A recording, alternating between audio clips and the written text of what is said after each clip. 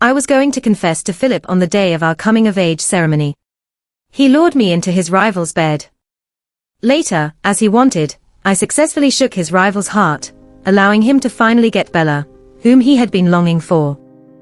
But when I eloped with someone else, he went crazy. Philip liked his brother's woman. Longing, loving but not getting. In order to get what he wanted, he adopted me when I was 16. On a day when it rained for 3 consecutive days, as Philip's supply cart approached the orphanage, the wheels slipped, almost hitting the youngest child in the orphanage. I rushed to the front of the cart without hesitation, pushing him away just in time. The cart quickly stopped, the door opened, and a foot landed on the ground, a clean and expensive leather shoe, a sharp contrast to the impoverished environment. Ignoring the pain, I tried to stand up, but fell in the mud. A black umbrella timely moved above my head, sheltering me from the heavy rain. A cold and handsome face came into view. He looked down at me, emotionless, and wiped the mud off my face. As he recognized my face, his deep eyes suddenly narrowed, then he tugged at the corner of his lips and inexplicably smiled. I felt a chill as he stared at me, then I tried to get up again, but he gently scooped me into his arms. His voice featherlight in my ears. "Don't move, you might hurt your bones." Then, he instructed the person holding the umbrella to drive us to the hospital. The warm air conditioning and fragrant scent in the car. He held my hand without ever letting go. I spent 3 days in the hospital before being discharged. The day I returned to the orphanage, the person who held me that day was also there. Sitting on the creaky bed I usually slept in. Legs crossed, an air of sophistication. Upon seeing me, he only said 3 sentences. "Your name is Nicole, right?" "I'm Philip. I know you have a brother who needs a kidney transplant. I can help find a donor for him and cover all the surgery costs. Will you be with me?" I nodded without hesitation. My brother Nick, who depended on me, was only 12 years old, suffering from chronic kidney failure. A kidney transplant was his only chance at life. But we were too poor. Not to mention treatment, even if he craved a piece of candy. I had to compete with other children to grab one when kind people donated snacks to the orphanage. So, I went with the man in front of me to Philip's house. And my brother Nick was sent abroad by Philip for treatment. The 2 siblings were separated by distance. I was nurtured by Philip until I turned 18, and he hosted a grand coming-of-age ceremony for me. Almost all the prominent figures attended. He announced me as the lost daughter of the Philip family, recently found, who would be cherished like a jewel in the future. The audience applauded warmly, but someone whispered, "The Philip family's daughter is so beautiful, but why does she look a bit like Bella?" The voice was quickly interrupted by a warning. I curled my fingers slightly, and when Philip stepped down to the upstairs to rest, I followed him with my long skirt in hand. 9 o'clock at night. The darkness veiled the huge French windows outside. The lights on the 3rd floor were off, but with the crystal chandelier hanging high, I could see Philip smoking by the railing on the 2nd floor, his eyes fixed on a girl on the 1st floor. In a white dress, dark hair, similar to my usual appearance. She was holding the arm of a young handsome man, laughing sweetly and shyly. Philip squinted, smoke slowly wafting from his mouth, his emotions slightly out of control. The look in his eyes was not unfamiliar to me. Whenever a child at the orphanage was adopted by a kind person, the remaining children would show such expressions. Envy, jealousy, unwillingness. I stood behind him and asked, "Why did you say I'm the lost daughter of the Philip family? We don't have any blood relationship." Philip turned around. "Is it not good? Many people couldn't get what you have. So, can't I like you?" His words were too straightforward, even making Philip raise an eyebrow. I liked Philip. Since 2 years ago, when he said he would save my little brother, I fell in love with him. Because of him, I no longer had to fear that my only relative in the world would rot in a damp, dark room one night. I wouldn't be harassed by the orphanage cook. I could eat without having to fight with others, and I no longer worried about being abandoned in a dark alley with rats. How could I not crave light? So, I liked him wholeheartedly. I even hoped to be with him forever. Philip didn't respond, but instead handed me 2 glasses of freshly poured red wine, nudged me to the railing, and pointed at the man he had been watching. "Here's Jason, my best friend. Go offer him a drink. When you come back, I'll tell you my answer."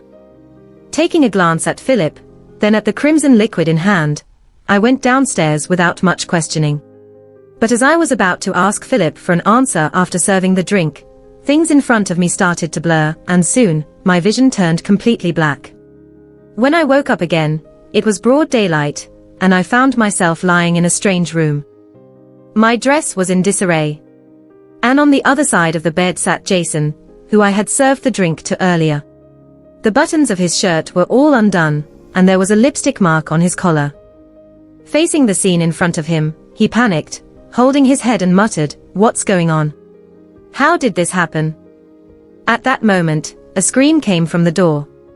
It was the girl who had been with Jason before, trembling and pointing in our direction, shouting in a heartrending voice, "What are you doing? Jason, how could you do this behind my back?" "Bella? It's not like that, I don't know why it." Jason tried to explain, but Bella slapped me hard, then left in tears. Jason followed out immediately. I licked the corner of my mouth, tasting blood. Couldn't muster the energy to put my clothes back on, even after rummaging through them on the bed for a while. Tears finally started flowing down my face. I clenched my fingertips, creating a blood blister in my palm. Fake. Everything was fake. Only the scheming was real. News of the scandal between the daughter of Philip's house and the betrothed young master of Jason's family hit the trending topics overnight. But it was quickly suppressed by various powers. In my room, I burned the diary filled with teenage heartaches to ashes, then picked up scissors and cut my waist-length hair into pieces. Finally, I understood why Philip loved my hair so much. Even though the company's affairs were busy, he would rush back every day to comb my hair. He didn't allow me to perm or dye it, or even trim it as I pleased. Even the scent of shampoo was personally blended by him. It was all because of Bella, wasn't it? I was foolish enough to try to please him by excelling in every subject he asked me to learn. 2 years. I thought he was somewhat different towards me, but who knew he had a stand-in for his rival all along? The smell of smoke alerted the housekeeper, who quickly summoned Philip. He immediately took the scissors from my hand. The sharp edge of the blade cut my palm, and he ignored my injury, glaring at the scattered hair on the floor. "Nicole, don't go crazy," I asked bitterly. "Is this why you adopted me?" The scandal between Philip's daughter and Jason's son quickly spread. How would Jason continue his relationship with Bella after this? But why choose me? If you compare our looks, Bella and I are worlds apart. Even if I tried to imitate her dressing style, we only shared a resemblance of 3%. "Beautiful," a silent Philip finally gave me an answer. "Your eyes are captivating.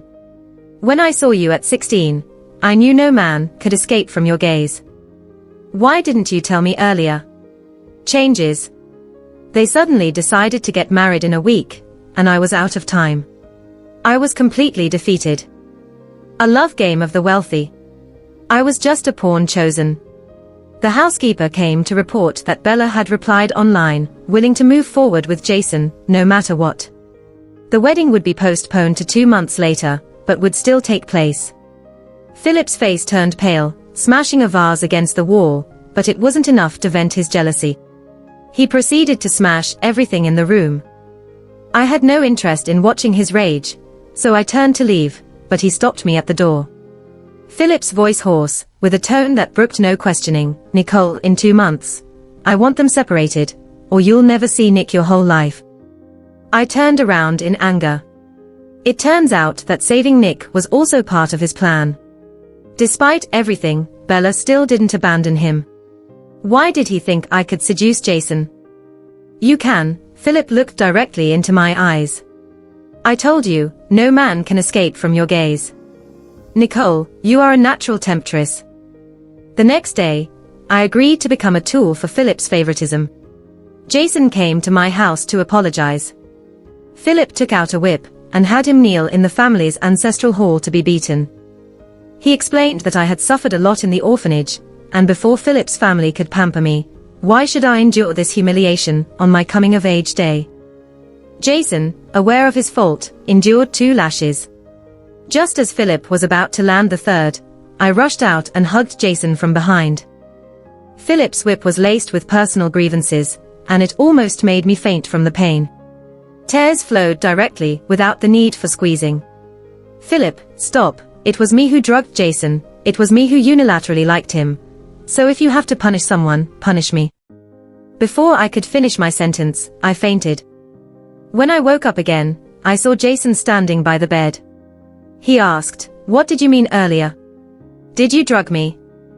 I struggled to sit up, shook my head and said, "No, but by saying that, my brother won't blame you." I looked down, forced a pale smile, and said, "Jason, if you want to marry the person you love, go ahead, I'm fine with it." Jason tightly pursed his lips. I read 2 words on his face: pity. Soon, the person who drugged us was found. Philip's methods were despicable, finding a scapegoat. The culprit confessed that he was hired by someone with a grudge against Philip, deliberately drugging us on my coming-of-age day to embarrass us. When Jason heard the news, he came to the Phillips house where I was. I was wearing a thin skirt, and had been hesitating, with a razor on my wrist. Jason rushed over and grabbed my hand. "Nicole, what are you doing?" Tears fell down my face, eyes shimmering, nose slightly red. I was broken like a porcelain doll. "Jason, I thought coming back to this family, finding my own relatives, would give me support and happiness, but compared to my sister, my brother seems to care more about the family's reputation. He wants to marry me to Jerry. Jerry is a year older than me and his wife has just died. How could he do this?" Jason angrily punched the wall, then wiped the tears from my eyes. "Nicole, don't cry, I'll talk to your brother." Soon, shouting could be heard from the study. "What else can we do? After such a big scandal, which family in this circle would be willing to marry her? You care for her so much, will you marry her?" Jason didn't respond from the other side. When he came back to me, his face was white as a sheet. He apologized to me. "I'm sorry, Nicole. I'm really powerless. I should be responsible for you, but I already have Bella." His response was as I expected. Childhood sweethearts, how could they easily part ways? I just dimmed the light in my eyes in front of him, quietly staring at my toes. Jason held me in his arms with guilt, saying sorry repeatedly, begging me not to do anything foolish. I just let him hold me and then wet his chest with tears. "Jason, it's not your fault. It's fate. Things are fine here. I have no worries about food and clothing, I am not hungry. Only that it lacks human touch. Until now, only you are willing to give me a hug, I am content." Jason is a bastard. Only at the age of 7 was he brought back to the family estate. Like me, he had a tough childhood, and upon returning home, he faced disdain once again. So, after hearing my words, he tightly held onto my waist. I cut up all the elegant princess dresses in the wardrobe with scissors, right in front of Philip. He frowned and said, "Without wearing these, you don't look like Bella." I chuckled and walked barefoot to Philip, taking the cigarette from his fingertips. Ever since I found out he had designed me, all my love for him vanished. You rich playboys are the most pretentious, appearing gentlemanly on the surface, claiming to like gentle ladies, yet you can't resist sexy and charming women. White dresses are really boring. Who told you all this? I tossed him a book, a romance novel about aristocratic love and torment. Philip furrowed his brows. "What messy book is this?" "It's always good to broaden your knowledge a bit." Then, my phone rang. It was Jason. He asked me to go out and stargaze. Since that day, Jason often asked me out. He had already been labeled as unfaithful, he couldn't bear another scandal. I raised my phone. "The answer is what you want, but how to do it, you don't need to worry." I took a drag of my cigarette, blowing the smoke all over Philip's face. Then I placed the cigarette imprinted with lipstick into his mouth. Philip's pupils contracted slightly. He had a cleanliness obsession. But he didn't dodge. Jason and I went to race motorcycles on the mountain road. I had just gotten my license not long ago, but my skills were quite good. We raced fiercely all the way, but I didn't let him win at all. Finally, we reached the mountaintop. Surprised, Jason said, "You're a girl riding a bike so fast." I smiled at the distance, because I'm not afraid of death. Mentioning the word death, Jason quickly covered my mouth. Probably he still felt lingering fear from the day I tried to slit my wrists. "Don't mention this word again." I nodded and gently kissed his cool palm. Jason's fingers curled slightly, then he released his hand. He cleared his throat. "You won the race, what wish do you want, just say it." I thought for a moment, treat Bella well, make both of you happy. He was surprised. "Aren't you going to ask for something for yourself?" I looked at the starry sky, sighed, this is how my life is. If the gods can really hear wishes, let it be for those who can still find happiness. Jason frowned as if he had made a decision, grabbing my hand. "Nicole, I will never let you marry that Jerry." Jason said he wouldn't let me marry Jerry. But it's just that he wanted to introduce me to some wealthy families, not as noble as Philip's son. I sneered.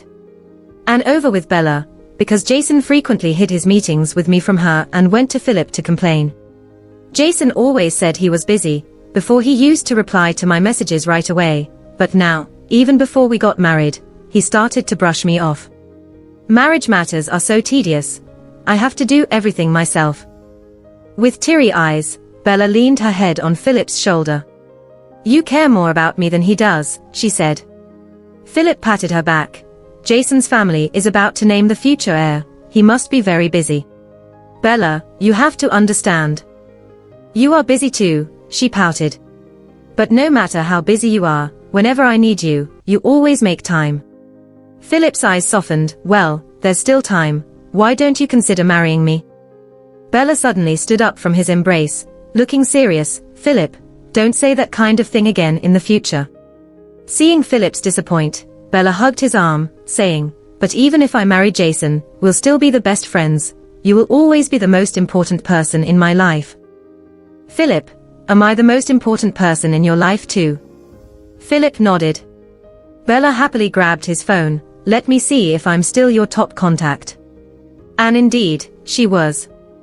Finally content, Bella said, "Promise me that this position will always belong to me, even if I get married, even if you get married, you cannot change it, okay?" "Okay." I just listened from outside. Turns out, in Philip's heart, the pure and immaculate Bella was just a woman of easy virtue. I shook my head. When Philip and Bella came out, they happened to run into me. Bella, with sharp eyes, quickly recognized that the coat on my shoulders belonged to Jason. Her eyelashes trembled dramatically as she questioned, "Did Jason go out with you?" I had no intention of hiding. "Yes, Jason saw that I was upset, so he took me out to dinner." "How dare you wear his clothes?" She lost her composure, rushing over to grab my clothes and scratched my neck a few times. "You've been harboring feelings for him for a long time, right? You even sleeping with him was your plan, right? Why are you so cruel at such a young age?" Philip stepped in to intervene, protecting Bella to prevent me from hurting her. "In fact, I am not weak in fighting. The orphanage is a place of survival of the fittest. I've always had to protect my sick younger brother, often getting into fights, just to have a meal." So Philip misunderstood. Why would I harm her? I could only let her hit me. The crazier she hit, the greater the distance between Jason and her, the sooner Philip could embrace the beauty. And the sooner this drama would end. Bella, tired of hitting, said to Philip, "I want her to kneel down and apologize to me. Unless I allow it, she can't get up." Philip frowned. "Bella, she's still my sister. So you think I'm making trouble for no reason?" "Philip, you just said that I'm the most important person in your life. If you can't even do this, let's never meet again." Philip couldn't bear the pain of not seeing Bella, so he told me, "Nicole, go and apologize to Bella on your knees." So I knelt down and apologized to Bella. This one kneel lasted the whole night. It wasn't until the next morning that Bella came out of Philip's room. There were bite marks on Philip's shoulder blades from Bella.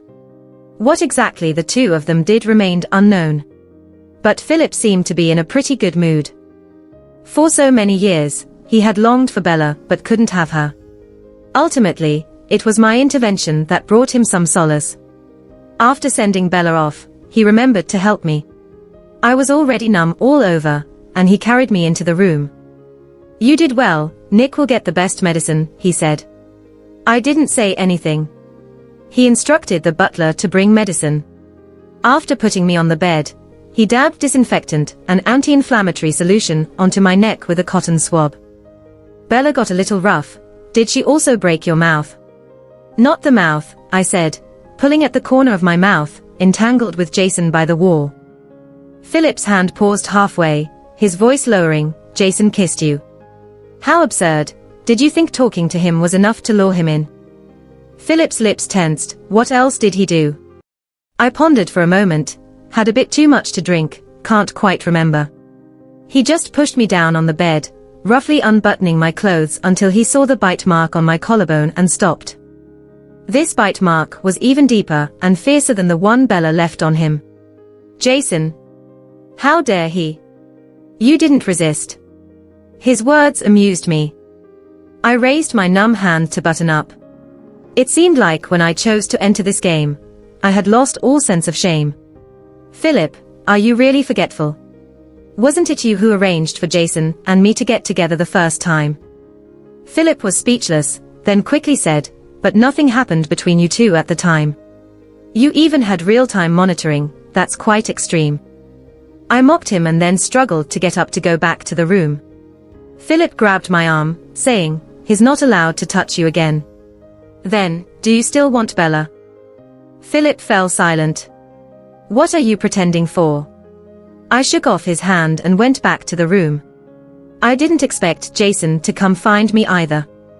Last night, he was the one who introduced me to a blind date. The fact that I wasn't welcome in Philip's family had spread in the circle, so the guy who came to meet me wasn't very polite either. After a few drinks, he started getting handsy. "Even though your reputation in the circle is ruined, I still really like you." I remained composed on the surface, but my hand under the table had already reached for the phone for help. The first person I called was Philip. He didn't pick up. I shouldn't have held out hope for him in the first place. Bella, who rarely sought him out, had taken his attention away from me. Right when I was about to call the police, Jason burst in. At that moment, I was already pinned down on the couch by that man, with my skirt raised to my thighs. Jason grabbed the man by his collar and punched him hard. The man spat out a mouthful of blood, cursing, "No, Jason, are you crazy? You introduced her to me, and now you're hitting me." I also thought Jason was out of his mind. He clearly just wanted someone to take over my plate, so he wouldn't feel guilty. But why did he have a change of heart at the last minute?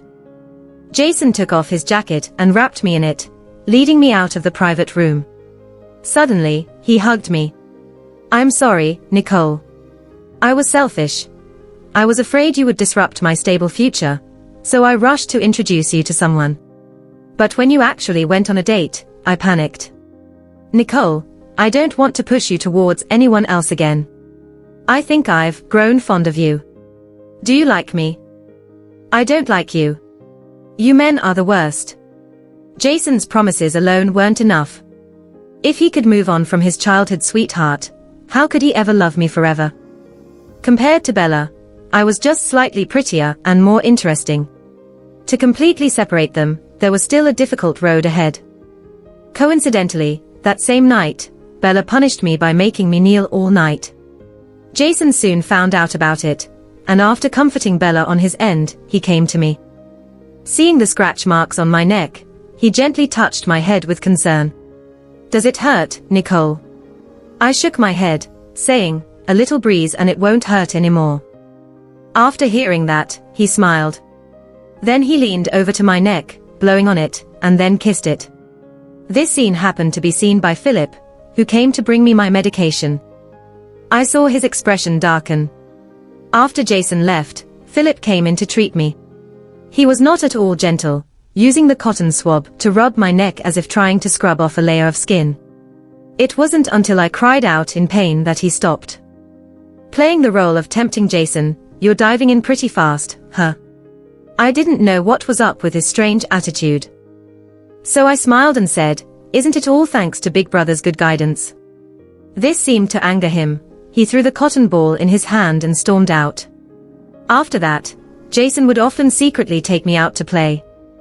We go bungee jumping, race cars, climb mountains, do everything that Bella wouldn't or couldn't do with him. He liked my novelty and charm, enjoyed my youth and beauty, and gradually got lost in it, unable to extricate himself. That day, he invited me to camp on the mountaintop, with only one tent, and we had to spend the night there. I knew what that meant. So I agreed to go. I think it's time for the next scene. I might be able to see Nick soon. When Jason and I reached the mountaintop, it was close to dusk. There were only a few red clouds left in the sky to the west. It was beautiful.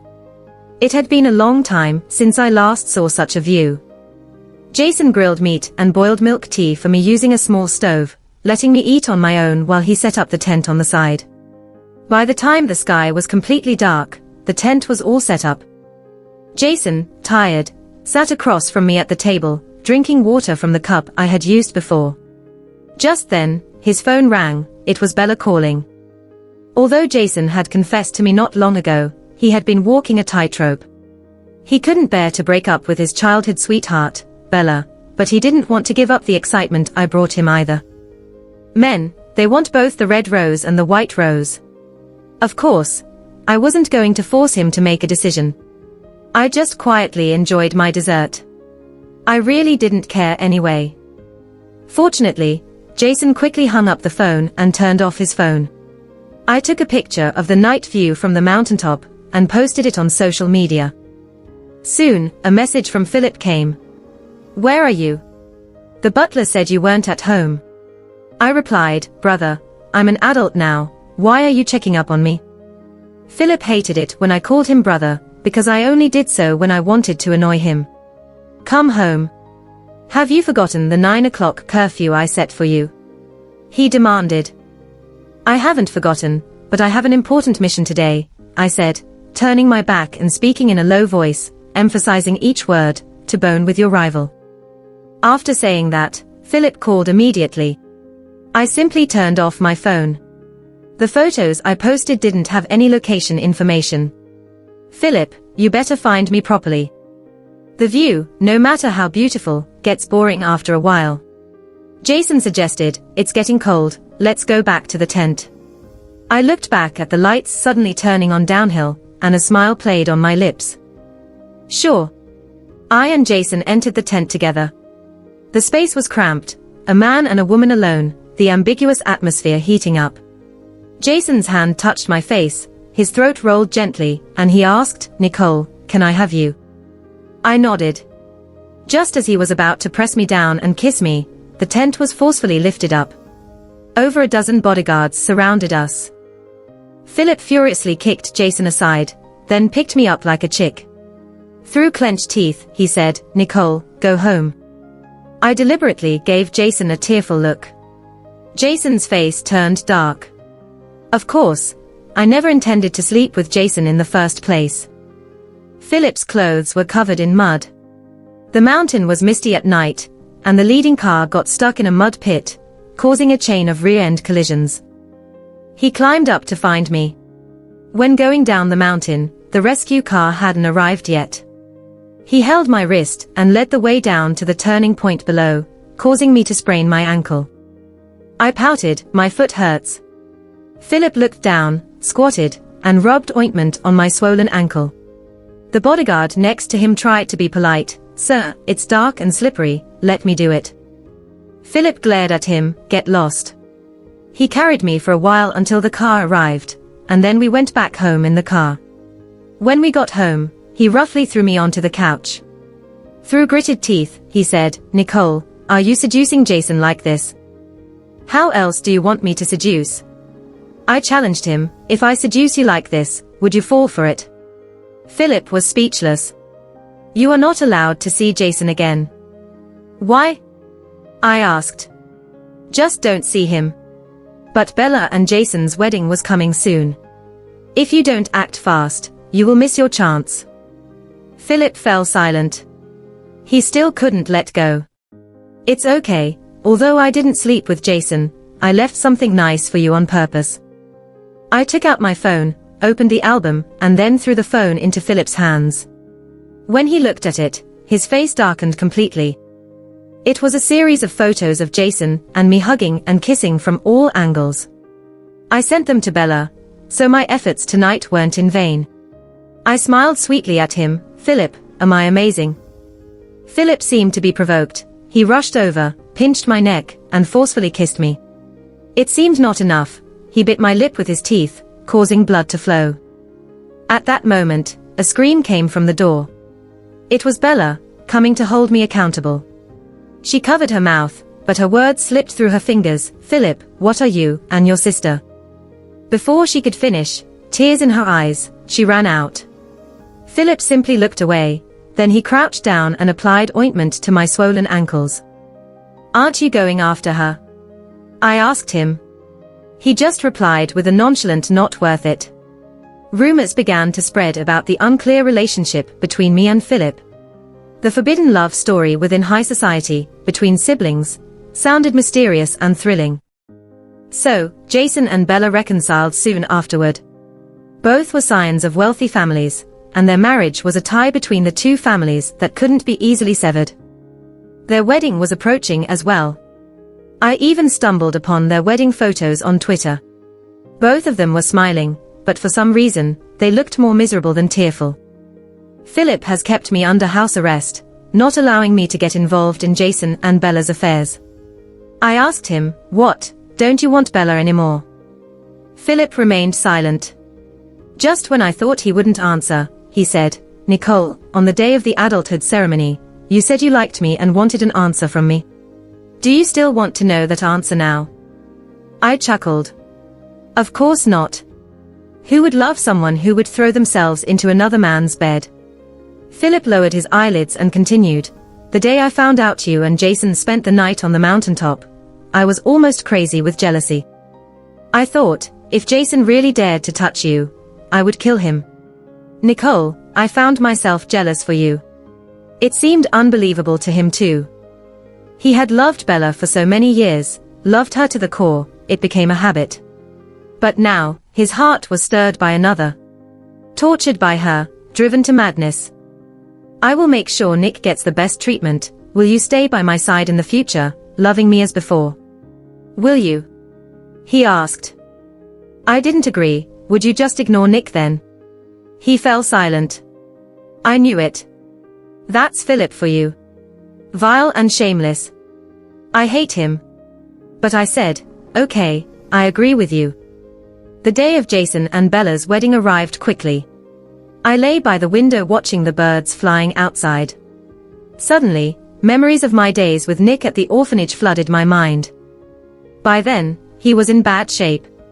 A little bully at the orphanage said, I wish Nick would die. When he does, his chicken legs will be mine to eat. The orphanage was also on the brink of collapse. Chicken legs were a rare treat, sometimes only available once every 2 months. So, I lost control and attacked him with stones, then grappled with him. I couldn't possibly win, but I wasn't afraid of death. No matter how many times I was beaten down, I could stand up and keep fighting. In the end, I grabbed his chicken legs. That night, Nick's lunchbox had 3 chicken legs.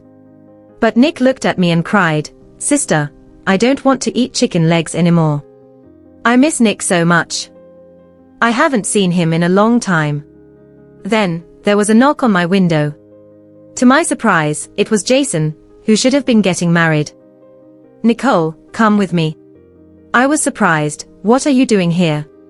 Aren't you supposed to get married today? I'm not getting married. I've made up my mind long ago. I won't be the heir and won't have to please Bella anymore. Nicole, I like you. I want to be with you. Jason was running away from his wedding for me. This was totally unexpected. I knew Philip had you locked up now, but is also attending the wedding today. I brought people, we can get you out. Seeing my continued frown, he said, I know where Nick is. You know Nick. This meant he already knew my true identity. Perhaps he could also guess that this was all a scheme between me and Philip. I know everything, I don't care. He reached out his hand to me, smiled, Are you coming? We are running out of time. I nodded and jumped out of the window. I wanted to see Nick. Jason was easier to deal with compared to Philip. I didn't know where to go. I just sat in Philip's car driving out of the city. He was still in his wedding suit, holding a bouquet of flowers meant for the bride. He opened the window and threw the bouquet out. It's already time for the ceremony. The groom hasn't shown up. The hotel was in chaos. Philip's call came through, and I was considering pretending to still be at home, to delay Philip a bit more. But Philip yelled over the phone, Nicole, did you elope with Philip? Don't you want to see Nick anymore? Come back home. The message spread quickly. Philip directly took away my phone, hung up, and threw it out of the window.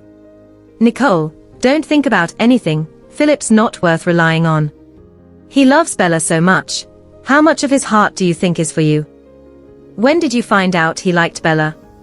Philip sneered, knowing long ago, Bella knew too, but no one exposed it. I couldn't openly confront Philip, and Bella wanted to enjoy favors from both men these years. The road out of town was blocked. Philip's fleet quickly forced our car to a stop. He was incredibly capable. We had underestimated him after all. I urgently asked Philip, tell me where Nick is. At that moment, the car window was shattered with a baseball bat, the door was violently opened, and Philip pulled me out of the car. The others then controlled Jason on either side. Philip gripped my wrist, emotionless, and told the bodyguards, hit him. Upon hearing this, those people didn't care about Philip's status at all and just beat him on the ground. No, stop it. I wanted to intervene, but Philip held me tightly in his arms. It wasn't until he raised his arm in defeat that those people stopped. Jason's mouth and nose were covered in blood. His eyes fierce, one Bella isn't enough, now you're trying to take Nicole away from me, Philip. Did you really think I wouldn't get angry? Jason staggered to his feet, sneered, but his gaze shifted to me. Nicole, what happened to Nick? Before he could finish, Philip's face changed slightly, and he hurriedly pulled me away. From behind, Philip's voice continued. Nick died half a year ago. I froze, feeling my blood turn to ice in my veins. After the kidney transplant, his body rejected it violently, and he died shortly after the surgery. Philip didn't even bother to buy him a grave. Did he never tell you? I looked at Philip in disbelief, my voice trembling. Is what he said true?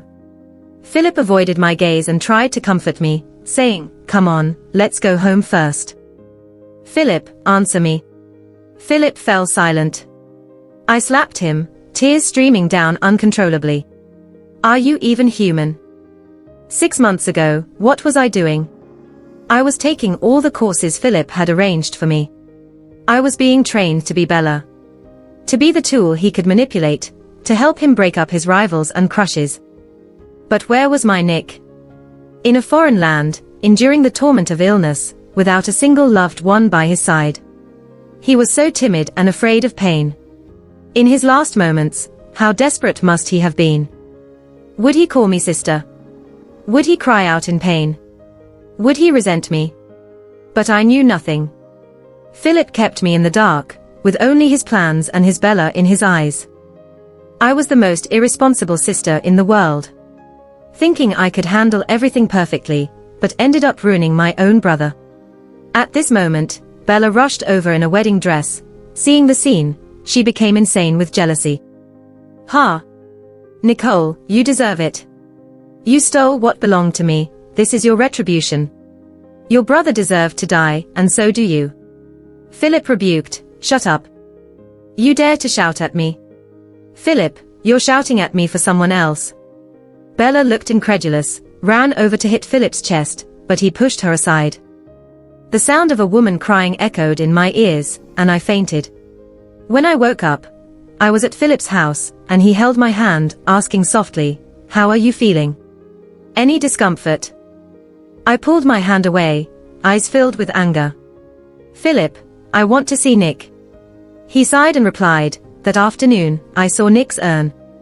When we parted ways, he was only 12 years old, severely malnourished, but tall for his age. That tall Nick had now become a small urn.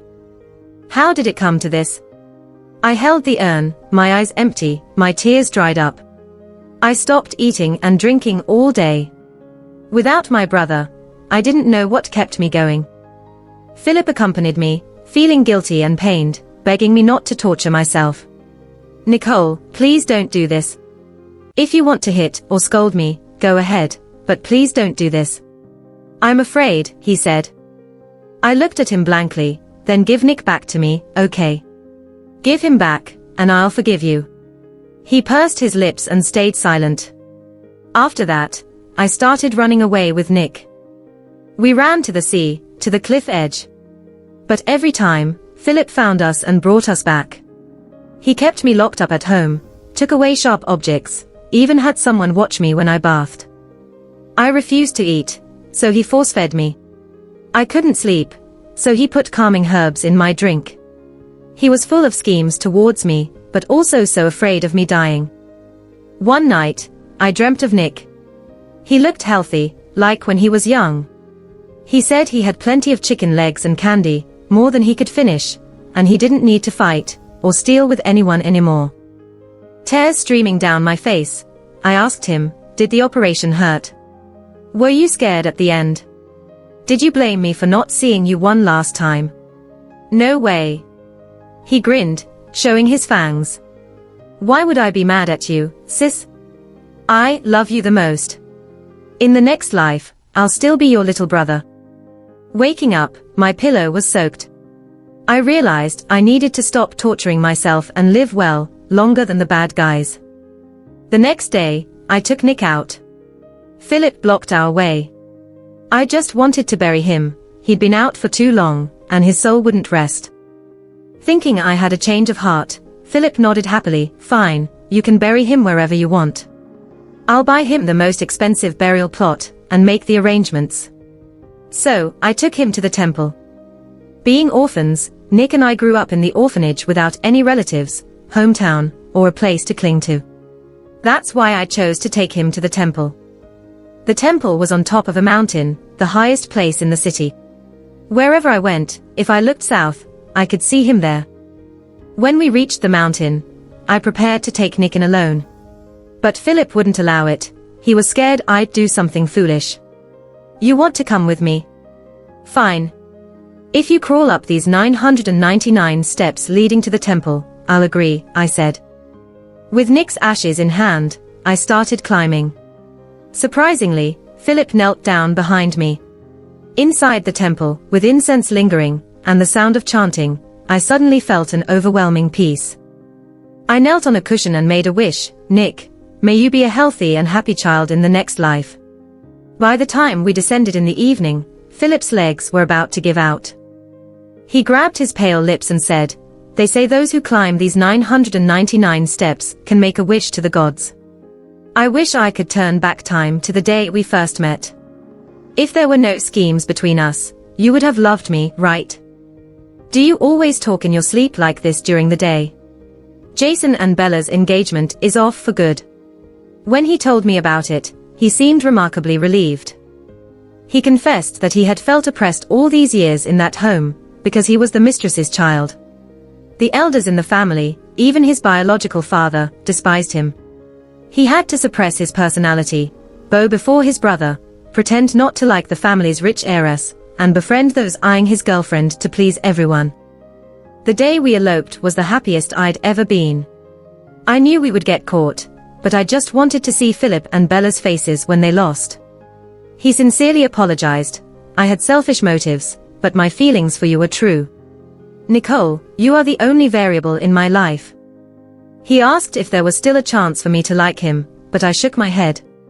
We had both schemed against each other, so two villains shouldn't taint love. After Bella's broken engagement, she went to see Philip several times. The man who promised to cherish her forever had finally had enough of her. He shut her out, even deleting all contact information. Soon after, Bella's family faced a crisis and was on the verge of bankruptcy. Neither family extended a helping hand. She had to seek refuge abroad and disappeared without a trace. A year later, Philip fell ill.